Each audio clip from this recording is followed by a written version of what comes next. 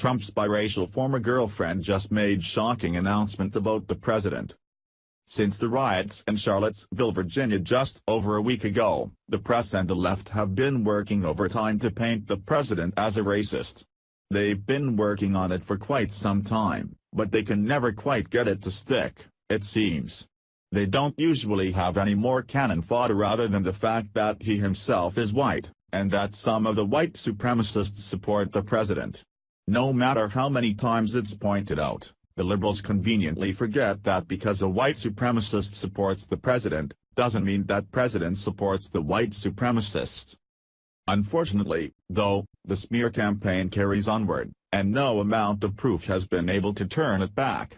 The same has been done with those who would blame him of sexism. No matter how many women he places in powerful positions, the feminists are constantly crying foul about him and his administration. It's unclear how many breakthrough appointments he'd have to make, that is Kellyanne Conway, before they'd forgive him for being a white male, but he has yet to break that particular barrier. The push to call the president a racist has moved forward at a pretty good clip, following his comments about all sides being guilty of the problems that took place in Virginia.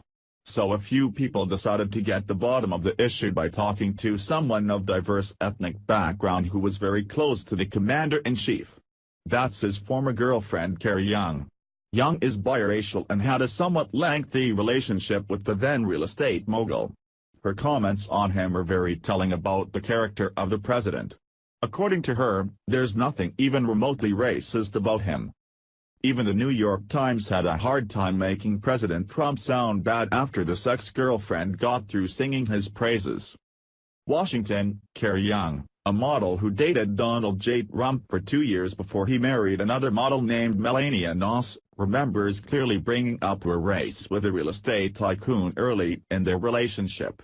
As with so many issues, he steered the conversation to celebrity. "I didn't hide my race from Donald Trump. He knew," Miss Young said in a rare interview. "He would say, 'You were like Derek Jeter.' And I would say, 'Exactly.'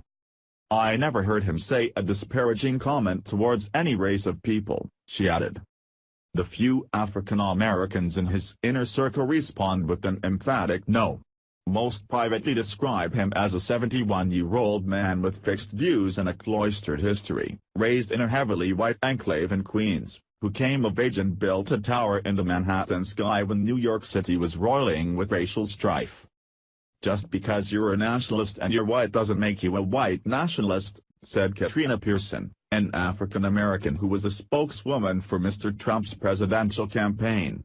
"Putting Americans first makes you a nationalist, and in that case, I'm a nationalist.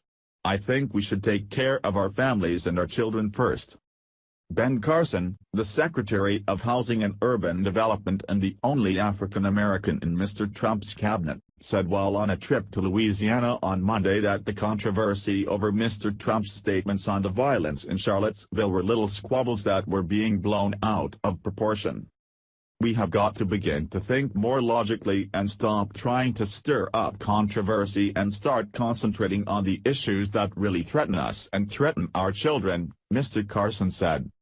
Critics see a man who has viewed African Americans as tools for his personal advancement. The Democratic National Committee on Thursday distributed a litany of past offenses, under the headline "Trump's Very Long History of Racism." There was never any engagement that would be mutually beneficial. "It was someone hiring you to entertain them and make them money," said the Reverend Al Sharpton, with whom Mr. Trump was friendly at various points as they both came up as characters in the New York City tabloids. Critics see whatever they want to see, and that's obvious in the way they frame everything the president does. When there's no real substance to pin on him, they seem to just be finding people willing to say unflattering things about him and using that to push the agenda of the moment. This might be a bit of a side note, but the president in particular and conservatives, in general, are feeling the heat to go out of our way and distance ourselves from the violent alt-right so that we're not labeled Nazis or KKK.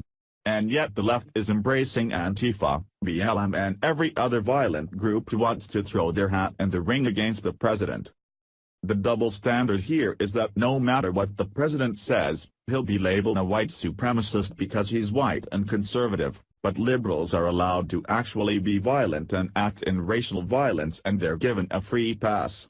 This is not only wrong, but it's race baiting at its worst, because some are allowed to be violent, and others are watched like a hawk.